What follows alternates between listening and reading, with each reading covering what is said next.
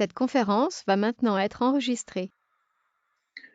Bonsoir les apnéistes. Ce soir, ce sera Namasté. Pour ce soir, je vous salue. Merci d'avoir répondu présent, ça me fait plaisir. Le thème de ce soir a beaucoup d'importance à mes yeux. Je l'ai intitulé Le yoga pour l'apnée. Je reprends une vieille conférence que j'avais faite il y a quelques années. Et j'aimerais qu'on commence par la réflexion suivante. Et si on oubliait un peu la performance? Si le de ma pratique de l'apnée était simplement de m'apporter du bien-être. Alors, si vous pratiquez l'apnée, c'est que vous avez découvert que cette discipline, dans sa globalité, pouvait vous apporter du bien. Soit vous avez choisi uniquement la performance pour nourrir votre ego en affichant fièrement des minutes et des mètres sur votre ordinateur ou sur votre montre, ou peut-être vous avez choisi une voie un peu plus spirituelle afin de mieux connaître votre corps et d'y apporter de l'harmonie. Pour certaines personnes aujourd'hui, l'apnée est devenue un mode de vie. On ne fait pas de l'apnée seulement 2 entraînements par semaine, mais on s'y prépare régulièrement dans la journée en faisant attention à notre alimentation, en écoutant notre corps. Nous sommes à la recherche d'une vie saine et à la découverte de son monde intérieur, et l'apnée nous motive du coup à y parvenir. Alors, pour répondre plus concrètement, je ne vais pas vous parler d'énergie, de spiritualité, mais je vais vous extraire d'exercices qui existent dans la discipline du yoga, qui sont en liaison directe avec notre discipline qui est l'apnée. Vous aurez accès à ces exercices. Je vous donnerai pendant la conférence tous les liens sur le web pour pouvoir les récupérer. Soyez bien à l'écoute de votre corps. Le jour où vous choisirez de faire ces exercices, ne forcez pas. Ce qui peut faire la différence, c'est l'attention que vous portez. Alors, je me présente quand même, je suis Fred Simion du centre d'apnée d'Espace Mer. Je suis éducateur sportif et cela fait 8 ans que j'ai intégré le yoga dans mes stages d'apnée, car je suis convaincu que c'est une discipline complémentaire et qui est vraiment essentielle. Les méthodes d'entraînement que je mets en place peuvent être douces, parfois un peu dures, mais visent toujours à un bien-être général. Ce que je veux maintenant, au travers de cette conférence, je veux vous donner les outils et les méthodes pour que vous puissiez construire vos exercices de préparation à l'apnée avec des techniques issues du yoga. Donc, 3 grosses parties dans cette présentation. Une première partie qui sera sur la méditation. On va voir toutes les préparations mentales qu'on peut utiliser pour l'apnée et les différentes méditations que l'on peut mettre en place. Nous parlerons dans une deuxième partie de la respiration. On va essayer de mieux comprendre son fonctionnement, comprendre la bonne ventilation, comment bien ventiler en apnée, enfin bien ventiler dans nos préparations à l'apnée. Et je vous proposerai plein d'exercices de respiration.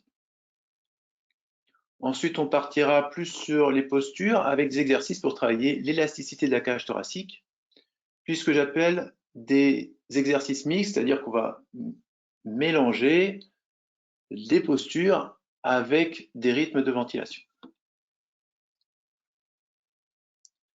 Alors, commençons par la méditation. Qu'est-ce que les athlètes de haut niveau ont à dire concernant l'importance de l'entraînement mental pour réussir à faire des prouesses au plan physique? Ils estiment que c'est indispensable, que ce soit des athlètes, des astronautes, des artistes, ou n'importe quelle personne ayant l'envie d'accomplir quelque chose de formidable. Tous ont besoin du pouvoir de concentration, de la capacité d'avoir un esprit calme pour garder tous ses moyens dans des situations qui sont difficiles. L'entraînement mental le plus puissant qui existe est celui qui va donner la clé pour enfin sortir du mode pilote automatique, dans lequel il y a une succession de pensées permanentes. Ce n'est que lorsque nous arrivons à observer nos pensées et nos émotions que nous pouvons arrêter de nous identifier à nos pensées. Alors, avec la méditation, nous acquérons non seulement une plus grande maîtrise de soi, mais aussi une plus grande connaissance de qui nous sommes en réalité et de toutes les merveilles dont nous sommes en fait capables. Alors, si on veut faire un petit résumé de tout ça, qu'est-ce que la méditation? La méditation, c'est une pratique relaxante qui peut aider à gérer le stress et l'anxiété en favorisant le bien-être mental. Dans les nombreux bienfaits, on peut retrouver la diminution de l'anxiété, l'amélioration de l'attention, on va favoriser le système immunitaire, on va favoriser la gestion des émotions, on va augmenter la maîtrise de soi, on va augmenter la confiance en soi.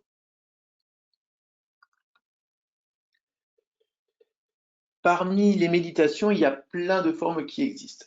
Il y en a 4 que j'ai retenues, que j'ai l'habitude de pratiquer et de faire pratiquer pendant les stages d'apnée. Il y a la pleine conscience, le moment présent, le balayage des idées, la visualisation. Alors, la méditation de pleine conscience, c'est ce qui permet d'être attentif à tout ce qui nous entoure. Je prends le cas d'une descente verticale en poids constant. C'est comme lorsqu'on fait un travail en pleine conscience, on est d'un seul coup, en quelque sorte, hyper conscient. Tous nos sens sont très éveillés. Je vais sentir le glissement de l'eau sur ma peau. Je peux sentir très finement la pression au niveau des oreilles. Je vais être attentif à la position de mon corps par rapport au câble. Je vais même entendre le bruit du mousqueton peut-être sur la longe qui glisse. Peut-être je vais sentir aussi le goût salé dans ma bouche. Je vais porter une attention très fine sur ce qui se passe au niveau de ma cage thoracique, de mon diaphragme. Voilà. Lorsque j'arrive à être attentif à tous ces éléments-là, je suis en pleine conscience. D'accord? La pleine conscience, c'est ce qui permet d'être attentif à tout ce qui se passe en nous, nos sensations, nos émotions. Alors, ce sont des travaux qu'on peut travailler régulièrement au sel, dans d'autres situations qu'en apnée. Et ensuite, lorsqu'on a l'habitude de travailler cette hyper-conscience, comme je l'appelle de temps en temps, et ben, il n'y a plus qu'à la restituer au moment de nos apnées. On peut travailler comme autre forme de méditation le moment présent. Le moment présent, c'est ce qui permet de rester concentré à ce qui doit être fait maintenant. Ça permet de ne pas penser à la fin de l'apnée. Exemple, en apnée statique. Je dois réaliser une apnée statique, je suis peut-être en compétition, j'ai un objectif ou simplement en entraînement, je veux me lancer sur un max. Pour répondre à la question de Anne-Sophie, non, nous n'allons pas faire d'exercice pratique. Là, je vous donne les éléments pédagogiques et je vous donnerai les liens pour que vous puissiez faire des exercices, mais nous n'allons pas faire d'exercice ce soir pendant la conférence. Mais il y aura tous les liens pour que vous puissiez les faire ultérieurement. Voilà. J'essaie de surveiller le chat en même temps.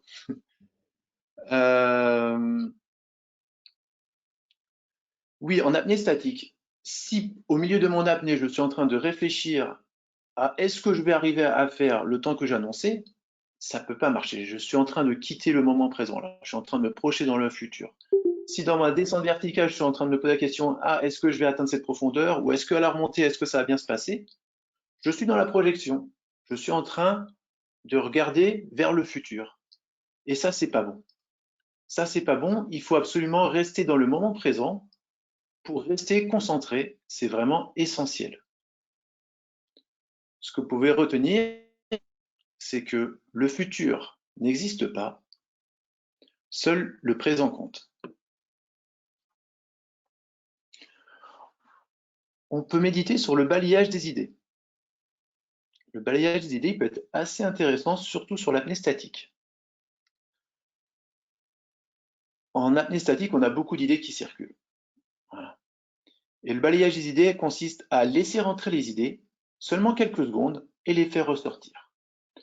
Donc la porte est toujours ouverte pour que ça puisse rentrer, mais les unes derrière les autres, et on les fait ressortir. C'est un entraînement qui permet d'effacer rapidement les images négatives. On peut travailler la visualisation, très important, et je l'utilise beaucoup dans la préparation mentale. C'est ce qui permet d'enregistrer de façon positive les différentes étapes d'une apnée. Donc, si ça vous intéresse de faire un exercice de préparation mentale à base de visualisation, je pense que je vous proposerai une vraie séance. Là, pour le coup, Anne-Sophie, pardon, ça sera possible de la faire en direct. Vendredi, à la même heure, je vous proposerai de faire une séance de 20 minutes qui sera guidée. Et ensuite, je vous expliquerai du coup comment cette séance aura été construite. Ça sera ce vendredi-là, si vous le souhaitez. Voilà.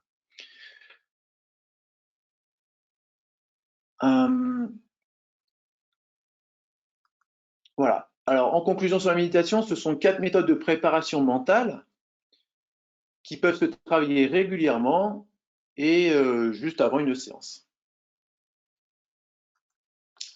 On va passer du coup maintenant à la respiration.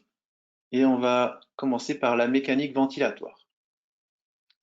Alors, je vais vous passer une petite vidéo qui va illustrer l'ensemble des muscles qui sont en action pendant nos ventilations. Donc, il y a des muscles qui servent à l'inspiration, d'autres qui servent à l'expiration. Le premier muscle, qui est dessiné ici en marron, c'est le diaphragme, bien sûr, qui est relié sur le bas des côtes, sur les côtes basses et sur la colonne vertébrale. C'est ce muscle si important, essentiel à la ventilation, qui fonctionne sous forme de piston et qui va donc se contracter en descendant. Alors, on va regarder cette petite vidéo de présentation. On va commencer par le diaphragme. Vous voyez ce diaphragme en marron, il se contracte, il descend. Il remonte. Inspiration, expiration, le diaphragme remonte. Inspiration, le diaphragme descend. Ensuite, on a plein d'autres muscles qui sont rattachés au niveau du haut de la cage thoracique. On a le scom, ici, entre les clavicules et le crâne. Et on va avoir le pectoral qui va aider à l'élévation de la cage thoracique. Elle est complexe, le mouvement de la cage thoracique. On a les intercostaux. On a 2 types d'intercostaux. On a certains qui vont resserrer les côtes et d'autres qui vont les écarter. On a bien sûr ce muscle du diaphragme qui est vraiment l'essentiel à retenir. Essayez de bien visualiser ce mouvement. Et ça sera intéressant de visualiser le mouvement du diaphragme lorsque vous ferez vos séances de ventilation. Et il y a énormément de muscles qui sont situés au niveau du dos. Alors on voit, comme les muscles qui sont présentés ici, ils sont pas top au niveau des leviers mécaniques, ils sont pas très bien placés. Vous voyez qu'au niveau des leviers, ils sont pas très bons, mais il va falloir leur apporter une certaine souplesse pour ne pas gêner l'élévation et le remplissage de la cage thoracique. Donc, la plus grande puissance va se situer au niveau du diaphragme, au niveau des intercostaux et sur la partie ventrale. Et toute la partie dorsale, il va falloir vraiment jouer sur l'assouplissement sur ces muscles-là. Vous comprenez qu'en fonction du positionnement de ces muscles, il y en a qui servent à l'inspiration et d'autres qui vont servir à l'expiration. Donc, un petit peu plus loin, dans ma présentation, je vous présenterai comment étirer l'ensemble de ces muscles-là. Là, on a une vue mécanique. Vous voyez, la cage thoracique, à la fois, elle part vers l'avant, elle monte vers le haut et les côtes s'écartent. C'est vrai que c'est assez complexe. Alors, on va parler de respiration. La mauvaise respiration. Dès qu'on ventile par la bouche, on a tendance à mal respirer. Dès que j'ouvre grand la bouche, en fait, je vais avoir tendance à faire directement une inspiration de type thoracique. Et si au contraire je limite le débit, donc je peux le faire en ventilant par le nez ou en rétrécissant, en créant une étroiture, soit avec mes lèvres, soit avec ma langue, soit avec l'épiglotte, et bien d'un seul coup le diaphragme se met plus facilement en route. C'est pour ça qu'avec la ventilation nasale, on respire plus facilement avec le diaphragme qu'en respirant par la bouche. Mais dès qu'on est stressé, eh bien, on va avoir tendance à respirer par la bouche.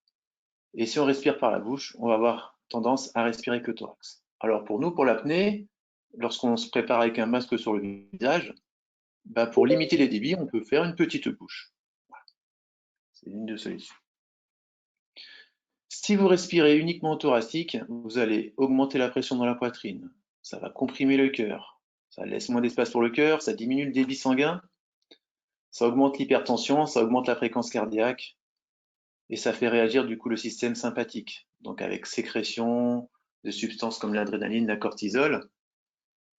Et la réaction du corps physique, ça va être stress, fuite ou combat. Vous comprenez que c'est une situation qui n'est pas recherchée lorsqu'on veut pratiquer l'apnée. Si c'est possible, on essaie déjà, pour établir tout ça, d'effectuer une respiration de type nasal, qui va permettre de filtrer, d'humidifier, de continuer les virus dans les muqueuses. Ça peut être assez intéressant en ce moment. Donc vous avez compris, la respiration qu'il faut privilégier, c'est donc la respiration abdominale. La respiration abdominale qui consiste à mobiliser avec un maximum d'amplitude ce diaphragme, en le faisant descendre à l'inspiration et en le laissant remonter naturellement à l'expiration. Sous ce diaphragme, il y a plein d'organes qui sont importants. On a le cœur, le foie, la rate, les reins, les intestins. Et ces organes-là, avec les mouvements du diaphragme, ça va aider à leur vascularisation et donc à leur fonctionnement. Donc en résumé, la respiration abdominale, c'est ce qui permet de nous revitaliser, et c'est ce qui va aider à la reconstruction de nos systèmes immunitaires, à la reconstruction des protéines et acides aminés, à la reconstruction des muscles et tissus brisés, et au renouvellement cellulaire. D'un point de vue psy, ça permet d'être créatif et ça permet d'utiliser son potentiel. Petite technique simple déjà au niveau des ventilations, si vous voulez amener le relâchement, il suffit de faire des expirations qui sont prolongées. Plus j'allonge mes expirations, plus je vais amener le relâchement. Au niveau des ventilations, alors, on peut se créer plein d'exercices de ventilation. J'ai déjà fait des présentations là-dessus qui sont un peu plus détaillées. Je vais passer ça un peu plus rapidement aujourd'hui.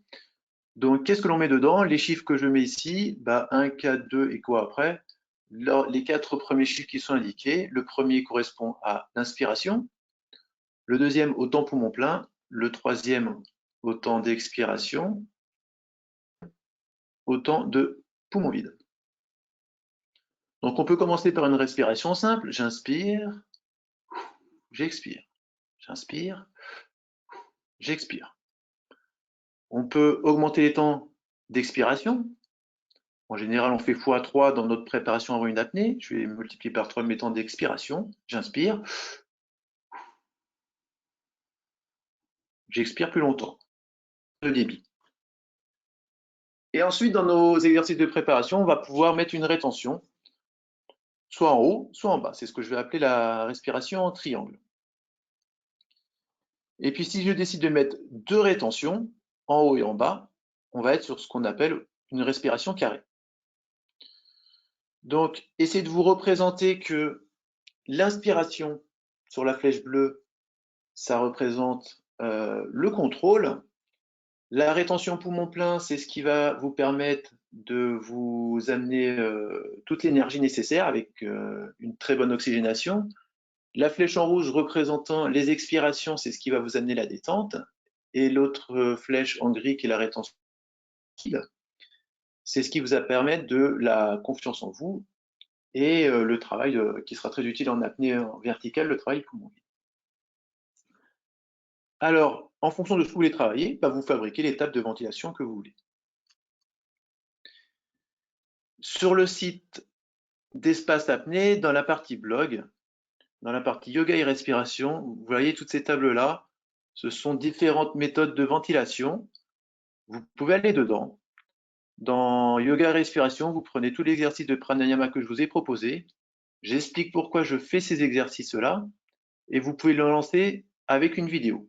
Donc là, je vous inviterai à aller sur ce site-là, qui est le site que j'entretiens, et pour choisir l'exercice de ventilation qui vous intéresse en fonction des bienfaits que vous recherchez.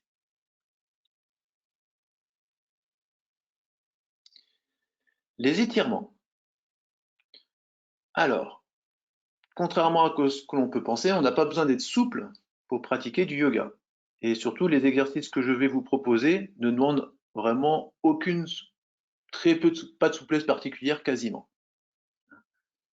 Mais il y a des postures qui sont dures dans le yoga, parce que parfois, pour étirer un muscle, on va en travailler d'autres. Donc il y a des postures qui sont dures.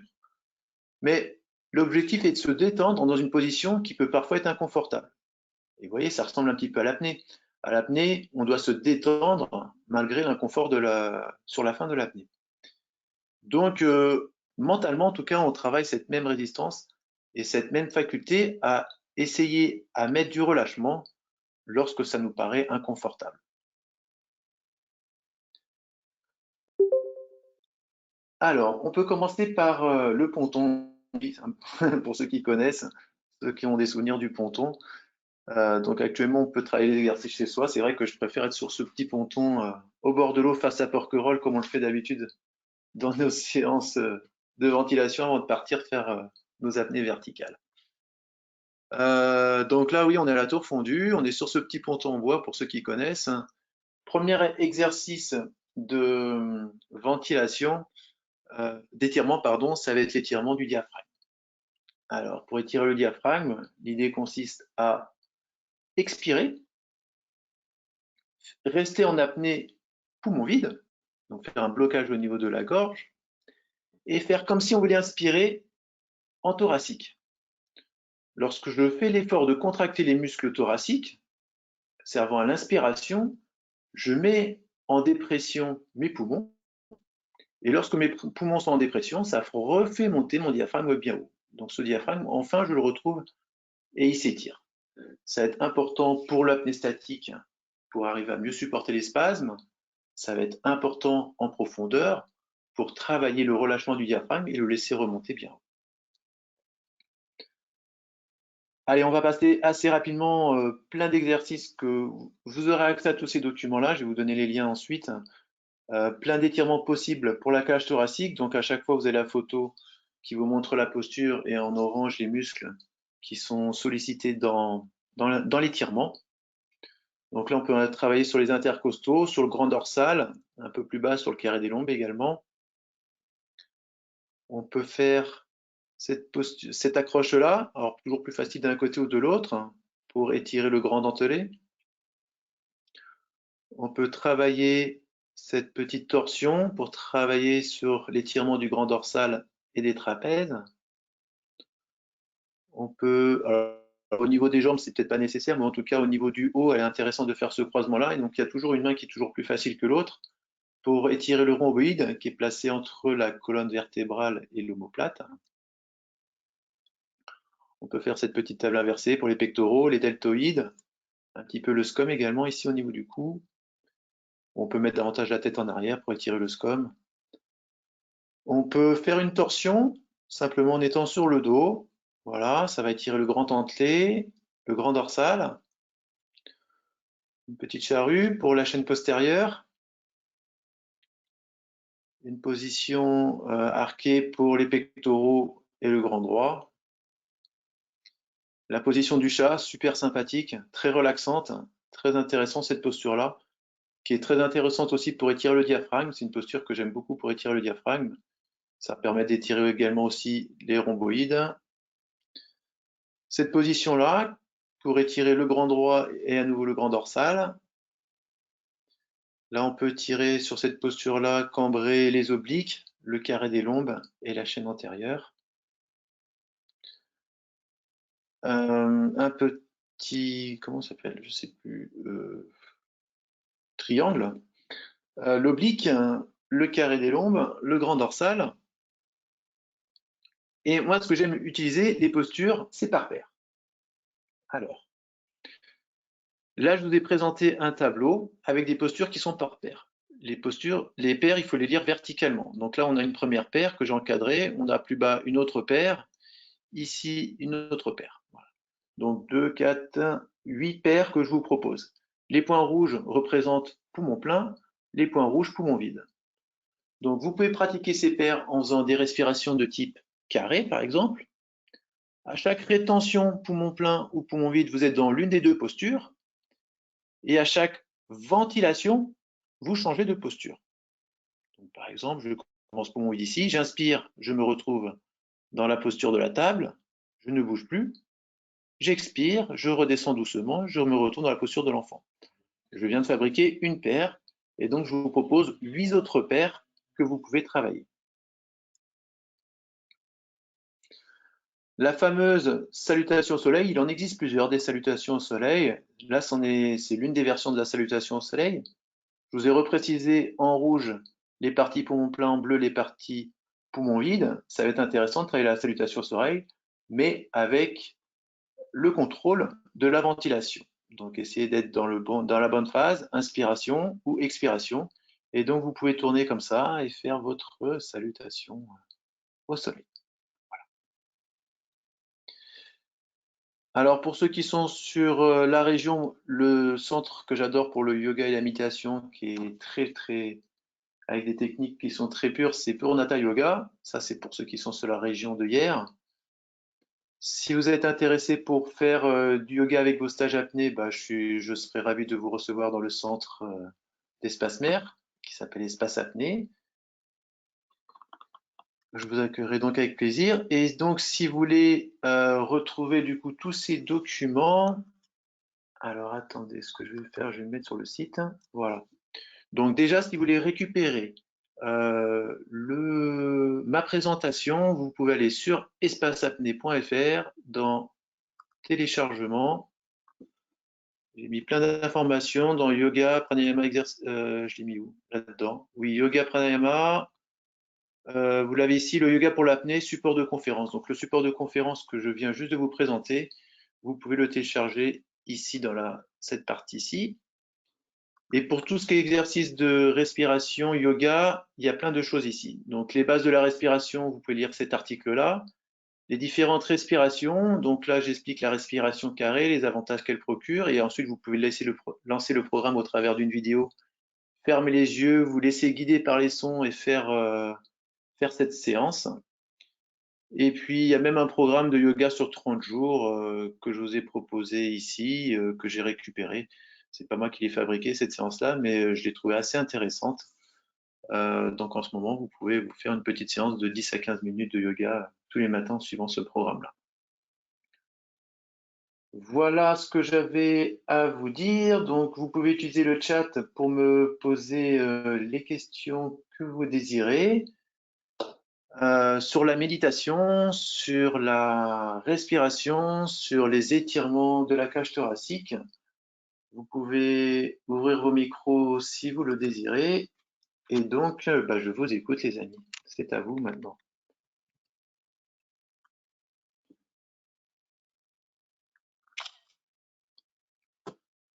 Salut Fred, c'est Sylvain. Moi, je te remercie surtout là comme je pratique le yoga aussi. Par contre, moi, je fais du yoga Iyengar et on sait jamais quels étirements et quelles postures sont bonnes pour l'apnée et comment les enchaîner. Et là, avec les petites présentations que tu as faites, c'est plutôt sympathique. C'est vrai qu'il existe plein d'asanas et savoir lesquels utiliser. Donc, merci Bon, c'est pour ça vrai. en tout cas, hein. C'est sûr que là, je vous ai présenté, j'ai pris de ce que je connaissais du yoga, ce qui me semblait le plus adapté à l'apnée. Il y a plein d'autres choses qu'on peut faire encore avec le yoga pour l'apnée, hein. Là, je vous ai présenté ce qui me paraissait le plus essentiel. Hein, c'est sûr, on pourrait faire des mantras peut-être, mais je trouve qu'il y a d'autres choses à faire au préalable. Après, bon, on a quand même conscience, hein, Sylvain, quand tu fais tes exercices de yoga, tu sens un moment où l'étirement se situe. Et puis, si ça se situe au niveau des cuisses, tu sais que ça peut être intéressant pour le palmage. Si ça se situe au niveau de la cage thoracique, tu sais que ça peut être Ouais. intéressant pour l'étirement de la cage thoracique. Mais ce qui est surtout important, c'est la conscience avec laquelle on réalise nos exercices. C'est vraiment la conscience qu'on y met. Et même si c'est pas directement en rapport avec l'apnée ou sur une partie du corps utile pour l'apnée, de toute façon, mentalement, ça te prépare à plein de choses intéressantes pour les bienfaits que vont apporter le yoga sur la concentration, sur la pleine conscience, sur le moment présent. Ça, c'est sûr. Mm.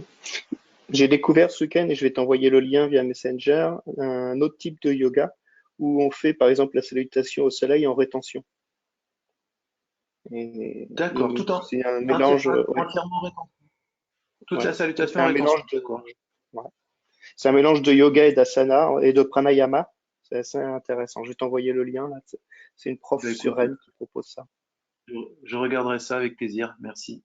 Voilà, merci. Attends, je regarde un petit peu le chat en même temps. Hop. Allez-y, n'hésitez pas à ouvrir vos micros pour compléter.